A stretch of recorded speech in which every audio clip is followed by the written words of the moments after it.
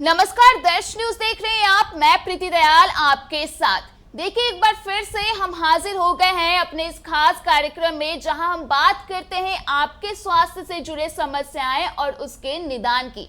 और आज के हमारे इस खास कार्यक्रम में मौजूद है डॉक्टर सोनाली गुप्ता, जो कि एक गायनोकोलॉजिस्ट हैं। और आज हम इनसे महिलाओं से जुड़ी कई सारी जो बीमारियां हैं, कई सारे जो तथ्य हैं, कई सारे जो रूल्स हैं, जो महिलाओं को खास करके हाइजीन को मेंटेन करने के लिए फॉलो करने चाहिए, उसे लेकर के सवाल जवाब करे जाएंगे। तो पहले तो मैं मैम का अपने इस खास कार्यक्रम में बहुत बहुत स्वागत करना चाहूंगी। मैम, आपका बहुत बहुत स्वागत है। थैंक यू प्रीति, और दर्श न्यूज के सभी दर्शकों को मेरा नमस्कार। तो मैम, हमारा सबसे पहला सवाल ये होगा कि आखिर वेजाइनल हाइजीन को मेंटेन कैसे किया जाए?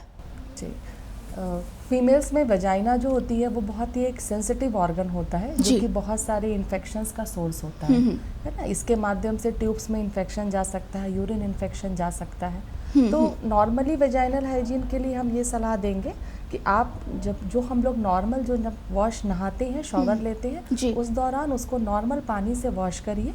कोई भी एक लिक्विड बेस्ड सोप आते हैं मार्केट्स में, बहुत सारे वेजाइनल हाइजीन सॉल्यूशंस अवेलेबल होते हैं, उनका इस्तेमाल करिए, उनसे वॉशिंग करना है। लेकिन हर बार वॉशरूम जाने के बाद आपको वॉशिंग नहीं करनी है।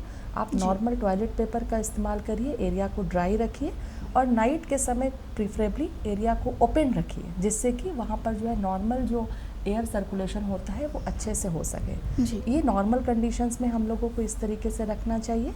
इसके बाद जो खास ध्यान हमको रखना होता है वो हमें ड्यूरिंग मेंसेस रखना होता है वजाइनल हाइजीन के लिए, क्योंकि मेंस्ट्रुएशन जो होता है वजाइनल इन्फेक्शन का एक बहुत ही कॉमन सोर्स होता है। तो उस दौरान हम लोगों को जो भी हम सैनिटरी पैड्स यूज़ करें, टैम्पन्स यूज़ करें, उसको फ्रिक्वेंट इंटरवल पे चेंज करना चाहिए, जो कि इस पर निर्भर करता है कि आपका फ्लो कितना है और आप कहाँ पर ड्यूरिंग पीरियड्स आप जॉब पर रहती हैं या घर पे रहती हैं। थर्ड चीज़ वजाइनल हाइजीन के लिए जो इम्पॉर्टेंट होती है वो होती है जब हम लोग सेक्सुअली एक्टिव होते हैं, यानी रिलेशनशिप के दौरान। तो उस दौरान हम यही सलाह देंगे कि आप वजाइनल जो भी हमारे जो सिक्रीशंस होते हैं जो रिलेशनशिप के बाद बाहर रहते हैं, उसको किसी भी टिश्यू पेपर से या ड्राई टिश्यू से उसको आप वाइप्स करिए, एरिया को ओपन रखिए। हर बार वॉशिंग नहीं करना होता है। अगर रिलेशनशिप के दौरान किसी भी प्रकार की इचिंग हो या कोई भी आपको डिस्कम्फर्ट लगे तो तुरंत अपने गायनेकोलॉजिस्ट से कंसल्ट करें। जी मैम, वाइट डिस्चार्ज को लेकर के मैं सवाल करना चाहूँगी कि आखिर ये कितना सामान्य हो सकता है? ज़्यादातर वाइट डिस्चार्ज जो होते हैं वो नॉर्मल होते हैं, है ना,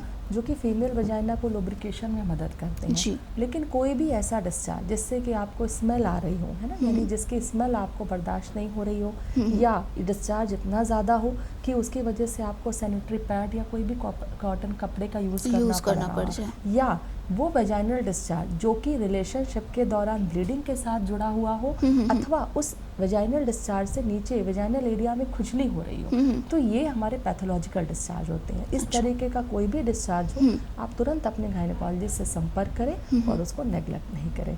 इसके अलावा जो भी डिस्चार्जेस होते हैं ना, वो नॉर्मल वजाइनल डिस्चार्ज होते हैं, जो कि एक पार्ट होता है हमारे हार्मोनल बैलेंसेस का। अच्छा मैम, हमारा दूसरा सवाल होगा कि मेंस्ट्रुअल कप को लेकर के आमतौर पे जो सैनिटरी पैड है वो तो यूज़ करने के लिए कहा ही जाता है, लेकिन मेंस्ट्रुअल कप आजकल कुछ ज़्यादा ही चलन में है।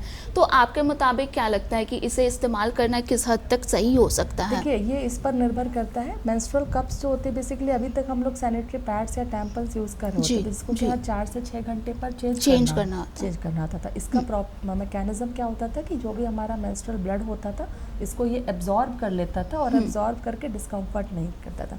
मेंस्ट्रुअल कप्स क्या करते कि जो भी हमारे पीरियड के जो ब्लड्स होते हैं उसको हम लोग उसमें, मतलब वो जैसे एक कप के माध्यम से होता है, उसमें उसका कलेक्शन हो जाता है। थोड़े दिनों के बाद, थोड़े समय के बाद आपको उसको 6 घंटे, 8 घंटे, 10 घंटे के बाद आपको उसको वॉश करना होता है। तो मेंस्ट्रुअल कप भी अच्छे होते हैं और ये भी आपका पैड्स भी अच्छे होते हैं। ये इस पर निर्भर करना चाहिए कि आपका जॉब प्रोफाइल क्या है। जैसे कि हमारी कुछ वर्किंग मतलब महिलाएं होती हैं जिनकी जॉब ऐसी होती है जो कई बार फील्ड वर्क में जॉब करती हैं। अब वो सुबह से निकली, उसके बाद क्या है कि वो दिन भर फील्ड का काम है, शाम 6 बजे 8 बजे तक तक उनको ड्यूरिंग मेंसेस भी काम करना है, तो they will not gate A proper place कि जहाँ पर वो हाइजीनिक वे में अपना पैड चेंज कर पाए। तो उनके लिए बेहतर है कि आप मेंस्ट्रुअल कप यूज़ करें, है ना, कप यूज़ करें। लेकिन अगर आप एक ऐसी जगह पर काम कर रहे हैं जहाँ पर आपके पास एक अच्छा मतलब वॉशरूम है, आप हर 4 घंटे पर जा करके अपना चेंज कर सकती हैं, तो डेफिनेटली सैनिटरी पैड्स यूज़फुल है ना। मेरा कहने का मतलब क्या है कि मेंस्ट्रुअल ब्लड जो होता है वो बहुत ही एक इन्फेक्शन का सोर्स होता है। तो हमें उसको हाइजीन मेंटेन करना होता है कि हमारा मेंसेस के दौरान किसी भी प्रकार का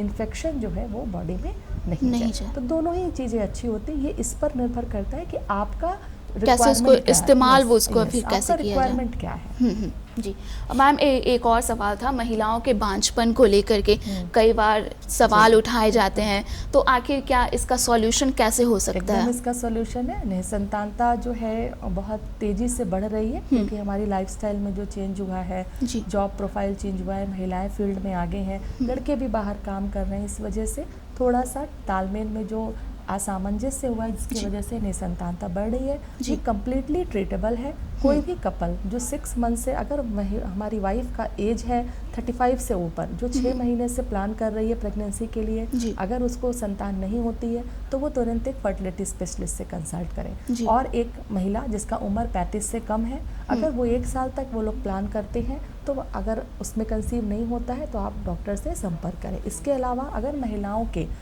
पीरियड्स इरेगुलर है, पहले कभी चेकअप में हस्बैंड का सीमेन गड़बड़ आया हुआ है, रिलेशनशिप में आपको पेन हो रहा है, पीरियड्स में ब्लडिंग ज़्यादा हो रही है, या पीरियड्स मेडिसिन से लेकर आ रहे हैं, इस तरीके की कोई समस्या हो, या आपके पुरानी हिस्ट्री में आपके कुछ ऐसी बीमारियां रही हों जैसे एंडोमेट्रियोसिस है, पीसीओडी है, यूरिन इन्फेक्शन है, जिससे आपको लगता है कि आपको निसंतानता हो सकती है, तो बिना समय वेस्ट किए आप डॉक्टर से कंसल्ट करिए। बहुत सारी टेक्नोलॉजीज़ होती हैं, लेप्रोस्कोपी होता है, IUI होता है, IVF ICSI होता है, PGD होता है, इन सभी के माध्यम से निसंतानता का समुचित इलाज अभी संभव है। जी, आखिर में आप महिलाओं को क्या कुछ टिप्स देना चाहेंगी हेल्दी रहने के लिए? जी, मैं महिलाओं से यही कहूँगी कि अपने स्वास्थ्य का ध्यान रखें। जब आपका स्वास्थ्य अच्छा रहेगा तभी आप आगे बढ़ेंगी और जो है अपने कैरियर पर भी ध्यान दे पाएंगी। तो थोड़ा समय हमें अपने शरीर के लिए, अपने बॉडी के लिए निकालना होता है। बाकी समय में रूटीन एक्टिविटीज़ करिए।